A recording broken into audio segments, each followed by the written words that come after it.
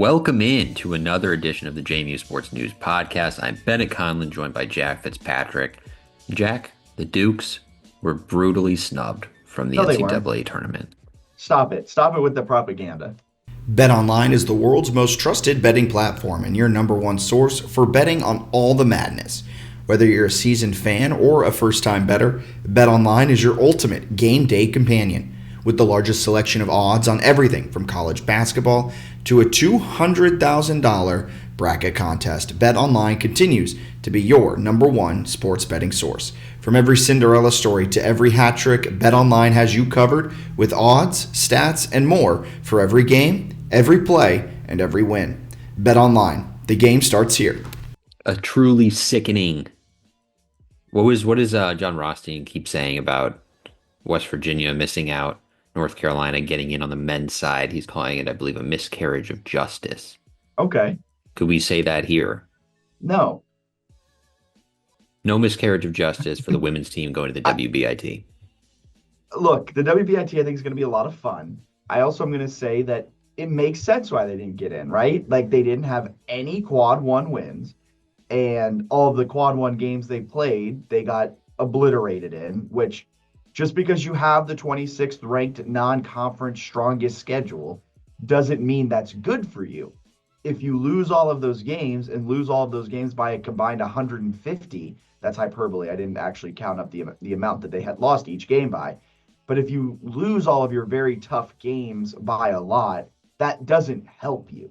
Just because you played a strong schedule in non-conference action doesn't mean you then are owed a spot in the NCAA tournament. You didn't win any quad one games. You didn't win all your Q4 games. You have a pretty bad black mark on your resume with a Q4 loss against Arkansas State in the championship game, and that's a whole other conversation. That the Sun Belt championship game is a Q4 game. That is bad, and that is more of a issue on the Sun Belt.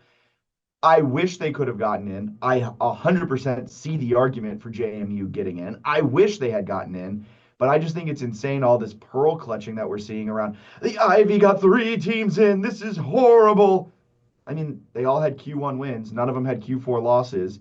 And then the argument then to that is, well, they got the Q1 wins against themselves.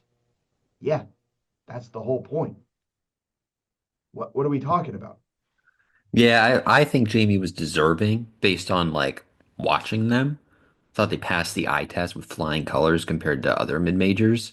I thought they also had a 17-point lead in a game that would have given them an automatic berth into the field that they blew and then lost to an Arkansas State team. Jack, I don't know if you've seen this spread. That is a 44 and a half. 44 and a half point underdog to UConn. Disgustingly large spread. So we're talking about like, oh, they're gonna lose by 50 when they get in. No, like that's basically what they're trying to compete against is losing by 50 or not. So they're Arkansas State's not a great team, and they had a 17-point lead on a neutral with a chance to get the auto bid. I think JMU's And they had deserving. the ball with 30 Yeah. seconds, under 30 seconds ago, and a look for the last shot to win in regulation. Yeah, so I mean they had a chance to win it. It goes to overtime. They were really not even competitive in overtime. They kind of got smoked. So just disappointing overall. Like they had an opportunity to do it, they missed it, and they left it in the committee's hands. And if you're doing that, and your argument is like, you know, I don't totally believe in the net, and we think we passed the eye test. I don't think the women's basketball committee is going to go with that. Like I don't think like they're going to rely on the one metric that they have in front of them, which is basically the net and the quad system, and they're going to go with the Ivies because they passed those tests better than JMU did. So I think it's interesting. I think for scheduling, seems pretty clear that like playing Notre Dame in Texas is sick, but like if you're going to lose by 30 or 46, it's not benefiting you. You'd be better off playing like a quad one team that's like a little lower, almost like the NC State game, where NC State was not a title contender. It's hard to schedule like this, but they were not a title contender, but they're really good. And that's a game that JMU kept within 14.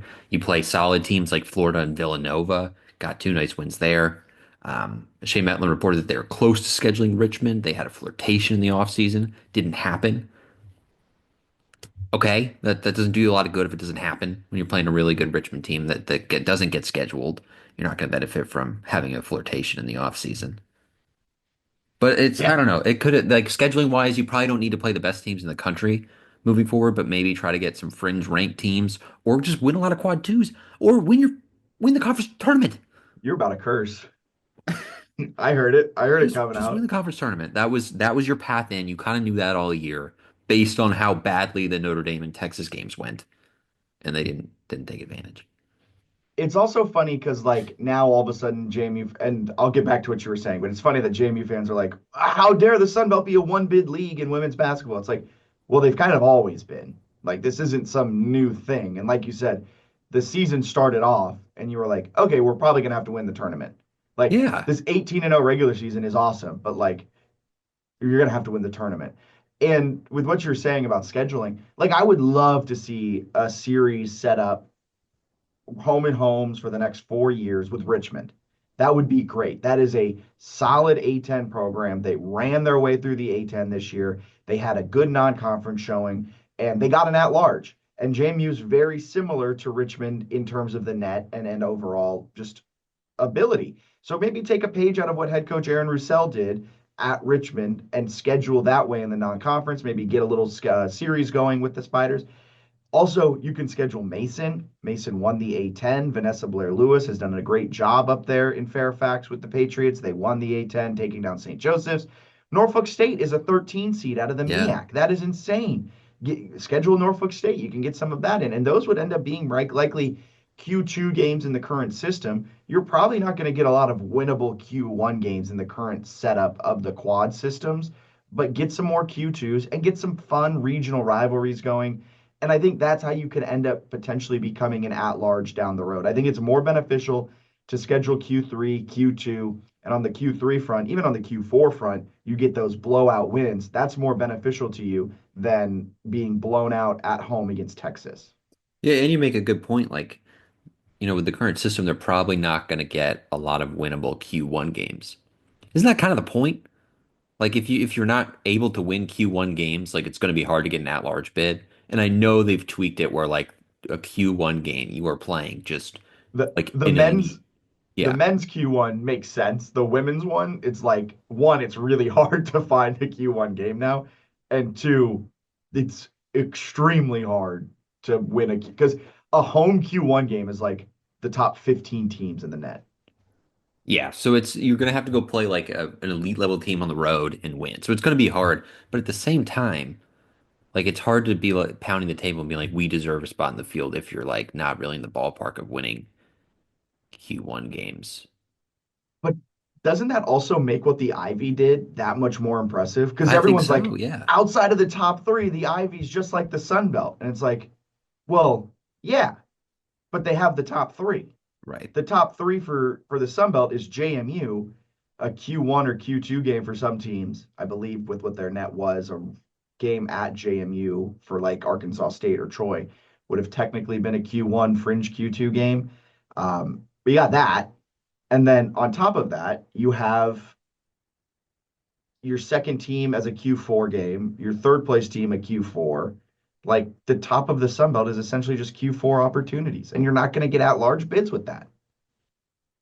And it kind of checks out, right? Like Coastal Carolina was the 4 seed and they were one of the best teams in the conference, and JMU went 3-0 against them with two of the wins by 20 plus points. Like the Sun Belt wasn't very good this year. Yeah. I don't know that Sun Belt women's basketball is about to be good in the future. Like you kind of know the deal. Like you didn't join the Sun Belt for women's basketball. You Or joined it for men's basketball. no, you joined it for football. Right? That's why conference realignment happens is for football. Or if you're like Gonzaga, maybe you move because you're a basketball power without a football team. But if you have a football team at the FBS level, like you're moving for football. And people who are saying that the Sun Belt is bad, they have to go the A10. I have a couple bones to pick with that. If we go A10, you would have to move your football conference too, right? Like The Sun Belt's I not about to have like yeah, partial the deal is that you're in the Sun Belt. Yeah, the Sun Belt's not letting you go to the A10 but stick around for football. If you go Right. A10, you're probably going to have to go either find a conference that's willing to take you partially, or you're going back down to the FCS and the CAA, where Villanova participates in the Big East, and then their football team participates at the FCS level in the CAA. Like that's probably the setup you'd have to do if you want to go A10. That's not on the table. Also, newsflash, On the men's side, A10 was a single bid league. and harder. So it would be like, oh, like this current JMU team would be nowhere near the top of the A10 in men's basketball in a one bid league. Like it being a bad league with the new tournament format, it gets you closer to the NCAA tournament for both teams. The teams just have to execute over a 2 game stretch in It's March, and neither did. yeah, the Sun Belt is like, here you go, finish top two in the conference, and you have to win 2 games in 2 days. Good luck. You should be able to do it. Right. And they And had JMU women's basketball really can only blame itself. I thought they were deserving. I think the committee maybe favored the Ivies a little too much. I would agree with that. But I can see why they did looking at the numbers. And then also like you had a 17-point lead on a neutral over a team that I firmly believe JMU is better than. yeah, I wish they got in. I would have been able, like it. They had a case to be made to get in. It's just a bummer they didn't. But I'm not cool with putting down the Ivies in order to prop up JMU, like putting down another mid-major conference for doing something that is really tough to do, which is create Q1 opportunities for your top echelon teams.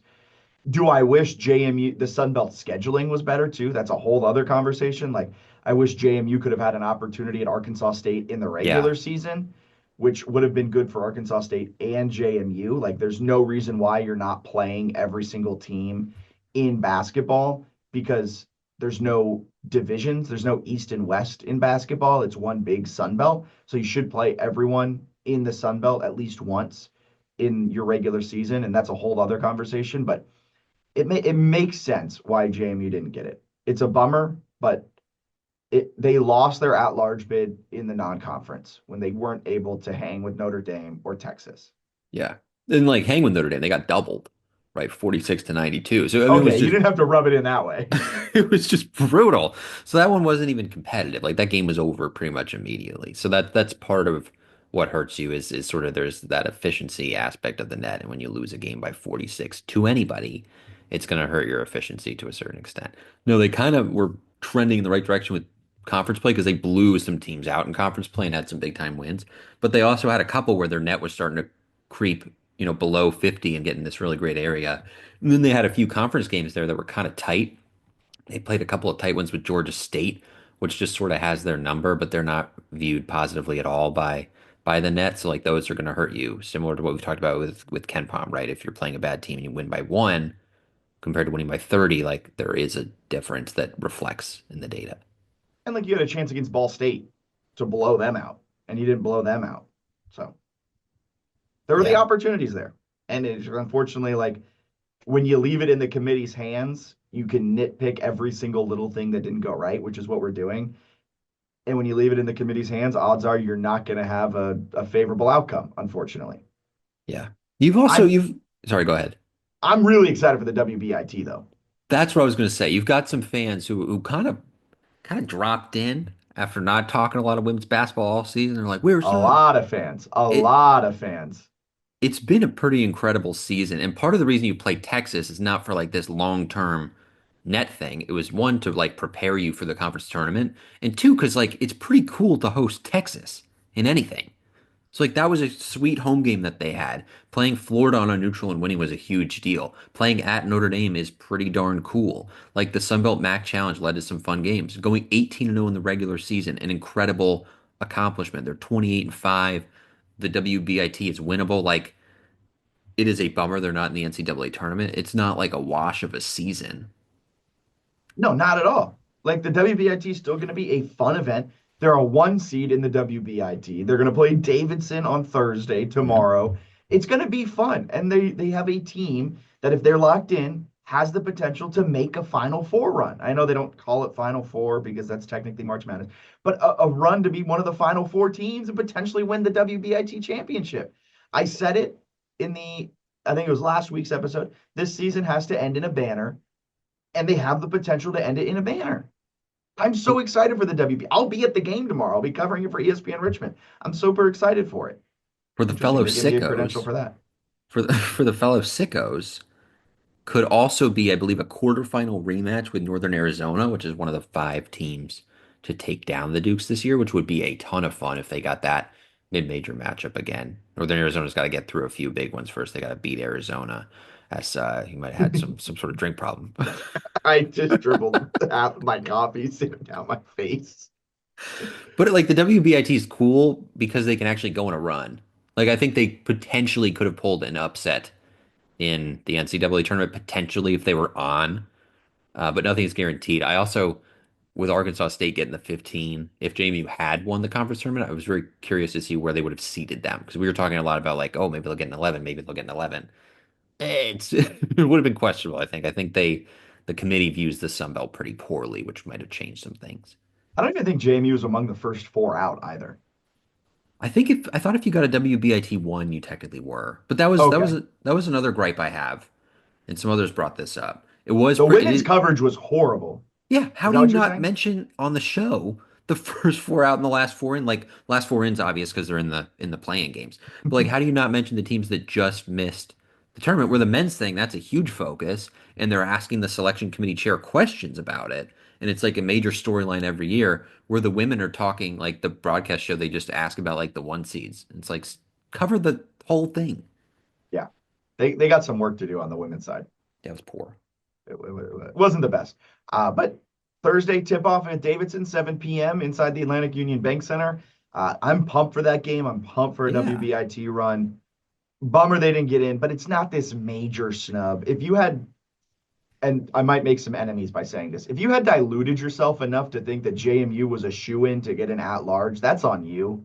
Like, that's a you problem. You got to look in the mirror and see why you bought into the PR push that JMU did, which is all that was. It was a very well done PR push because it got some JMU fans to be fully bought in. They had an outside shot the entire time at maybe getting in. And if you went into it with that expectation, Selection Sunday wasn't that bad.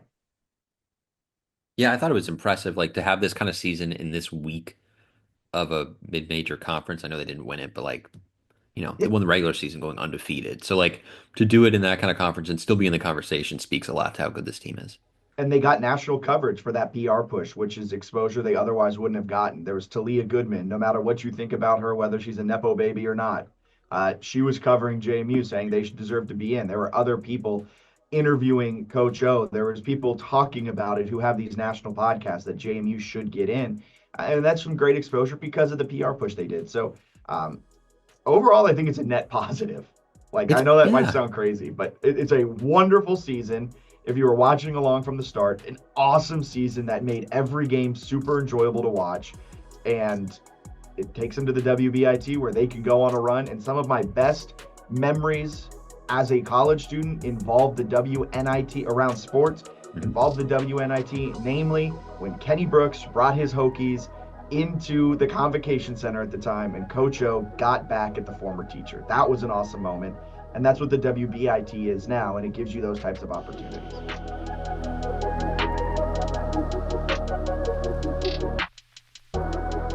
Could theoretically meet Virginia Tech in the national champion, I mean, the national championship, the WBIT championship game. I don't care all that much because Kenny Brooks is no longer there. Hey, I still think it'd be fun. It would be fun. Okay, Not well, as fun, but fun. um, all right. So, do you want to go to listener questions here? Football having their pro day, but nothing really's been announced about that. Yeah, let's go listener questions because there's not a whole lot else. Yeah, and you got to get out of here in about 20 minutes, so That's we got right. to keep this quick. Daniel Merriman, what home games are you most looking forward to next year for football? Washington State. All of them, bro. Okay, good answer. You're pulling up the I think schedule as we my speak. actual answer here is going to be Old Dominion on a homecoming. I Yes, just I that's just fun. feel like, and I think we like Ricky Ronnie more than most ODU fans like We their head do, we coach, do. like a lot I more. have yeah, Old Dominion fans, the ones that I've talked to, Yeah. not the biggest Ricky Ronnie fans.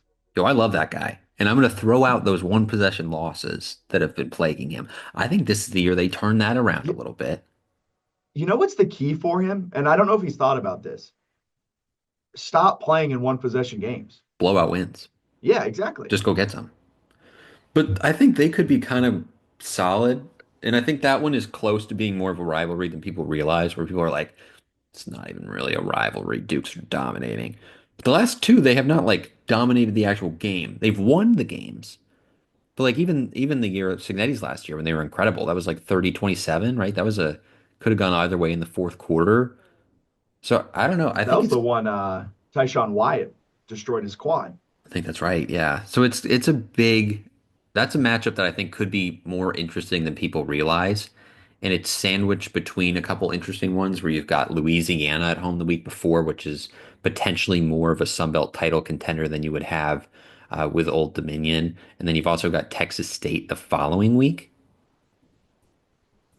Texas State, GJ Kinney, pretty fun. Yeah, So it might get sure. overlooked a little bit. I think that one's going to be tough and it's at home. I'm excited for that one. I'll say Washington State because not often you get a team from the West Coast coming in. Maybe even Weber State for the history.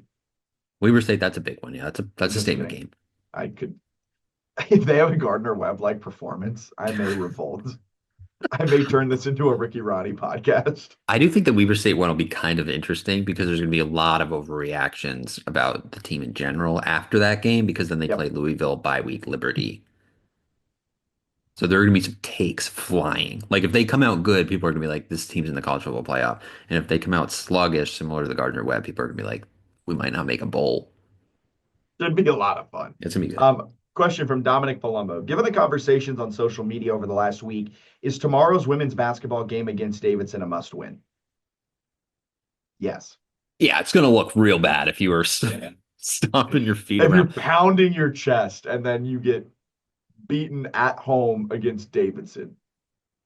Yeah, and then it's like people are talking about North Carolina and they're like, regardless of what North Carolina did, or against San Diego State in the men's side. Like it shouldn't change your opinion on whether they deserve to be in or out. And I get that logic, but like that's not how we do things in 2025. Takes are flying based on what you're seeing with I your had that eyes. take this morning on my radio show. I had It's that take. I said correct. the ends do not justify the means, and that's coming from someone who has UNC in the Sweet 16, where I'm like, they're probably going to go on a run, but that doesn't mean they deserve to go on a run. For JMU, if they lose this game, it doesn't change the fact that they deserve to Right. be in the field of 68. However, I'm going to be really upset as a fan if they lay an egg against Davidson It's gonna tomorrow. look bad. I think they need to win like at least two WBIT games. But then like if they win that or get to the finals or the semis, right, the final four, you got a really good case that like you can still be mad at the committee for an extended period of time. Like if you're Yeah, going out until next beating, year. yeah.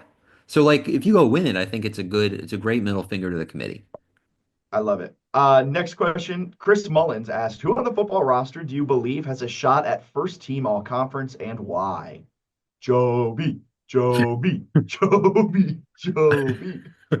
It's kind of a hard question because we've been in an absolutely massive basketball mode and then also don't know like who they're going to give reps to.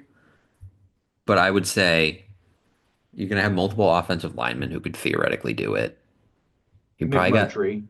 McMurtry, right? Because he did it. Yeah. Um, it's kind of some of it depends on like who they start at certain positions.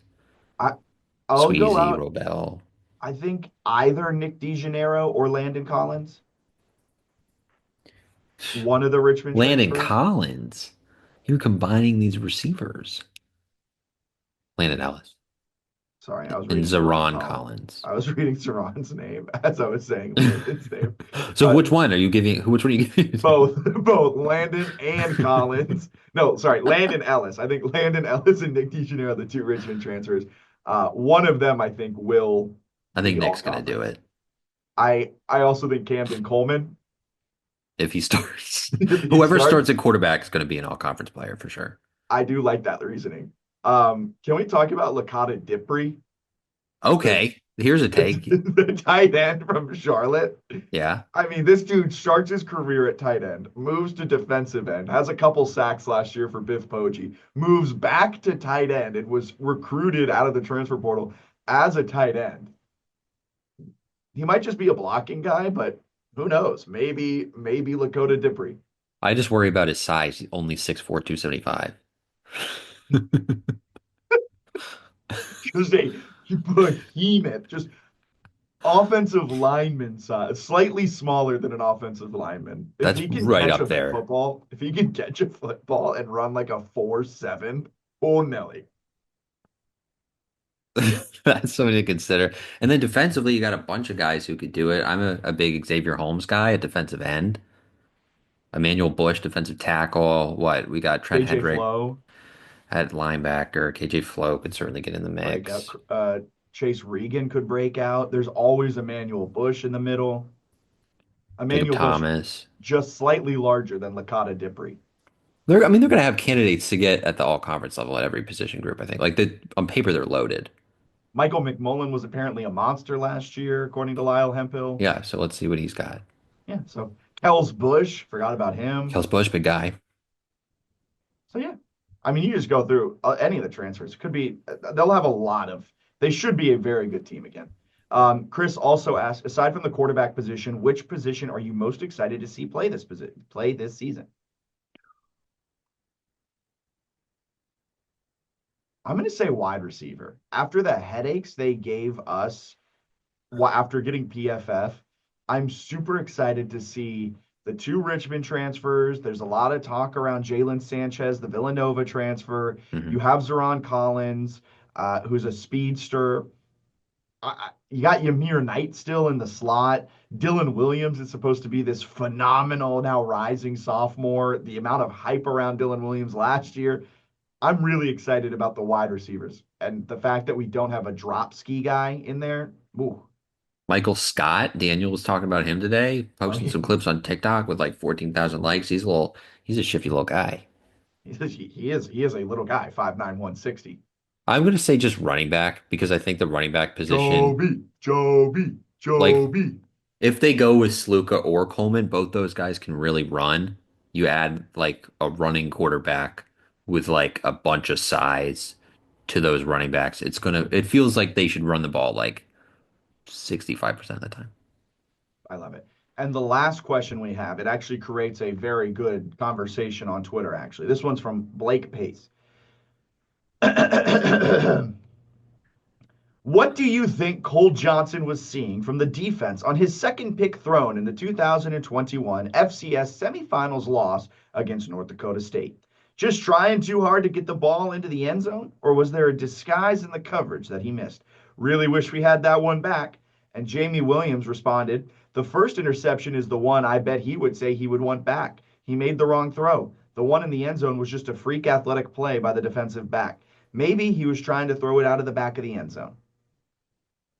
The JMU like football fandom is truly sick. The WBIT or the women's NCAA tournament snub has quickly been pushed to the back of their minds as we go back to people are like, all right, which football player in 8 months can win all conference, and then what do you think about this play in 2021?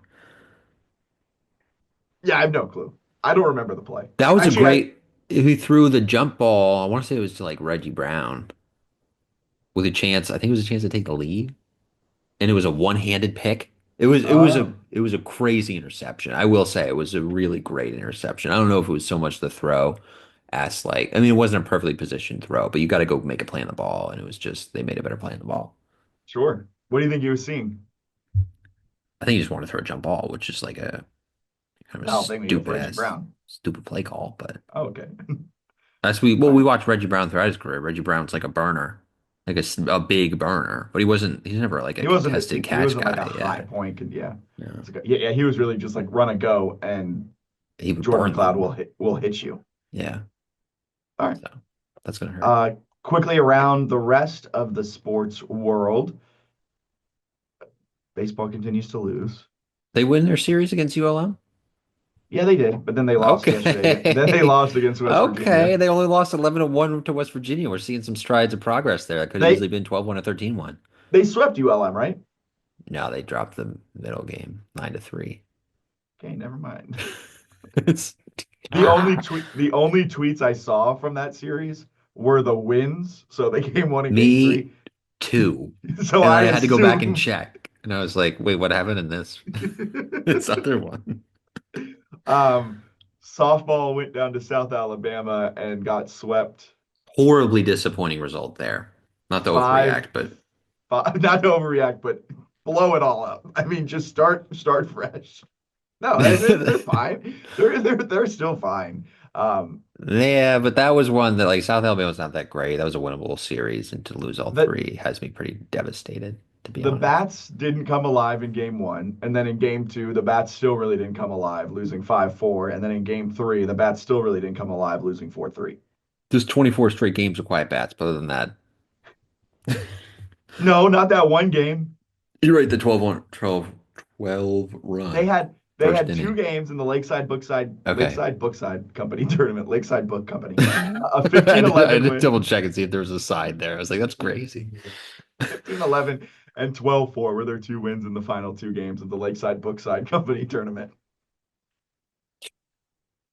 But yeah, then since then the bats have gone quiet again. Then they'll be back in action this weekend at home, Sun Belt home opener against Marshall. One game Friday, one game Saturday, one game Sunday, and then they'll play host to Cal next Wednesday. Quite a bit of a homestand as their Yeah. next away game is not until April 4th when they go down to Atlanta to take on Georgia State. So And they're really trending to just try to get better throughout the year. And then obviously I think that April 22nd game on Tuesday against Virginia is going to be a great test. And as you guessed it, game sponsor is in fact Pepsi.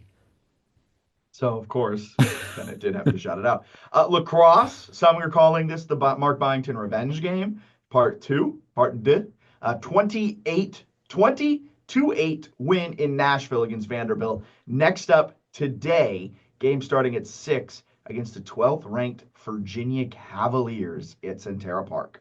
I still have some communication, some messages out to sources trying to confirm whether or not Mark Byington asked to come back in an assistant role after that result. No confirmation yet, but am hearing some other sources that he cried just a small bit after this result. Thank you for bringing that up because I do have to share what some of my sources are saying as Hmm. well. So you have sources on the inside of Vanderbilt. I have sources around the country, Oh my uh, God. and and my sources are saying, and it's what I'm hearing from them. UVA, Indiana, not Indiana anymore actually. So just UVA and Iowa, and any other team that has a current coaching opening Sure. they do like some coaches Uh-huh. and they do plan on hiring one at the latest they said especially for UVA the latest they'll hire a coach is by the start of next season. You could say even especially Indiana, actually, because you had that scoop Yeah, I before they did. hired You're DeVries. right. Exactly. I did that scheme right before they They hired moved him. quick too, and that was something that was a possibility. We knew It it could come was quick or or slow slow. and it went quick so good for them. Anything else you got to add? Nah, it's a big inside scoop. Huge. Oh, tonight, Less than a minute. tonight they're playing UVA. I already Did said you that. did you mention the game sponsor? Is it Pepsi? Pepsi. This one's sponsored by Pepsi, which tends to be a pretty good sponsor for the Dukes. They play well when Pepsi's in town. All right. For Bennett Conlon, I'm Jack Fitzpatrick. Drink Pepsi. This has been the JMU Sports News Podcast presented by Bet Online. See you guys next week. Or then a week after that. I'm not sure. We got to figure out our podcasting schedule. Bye.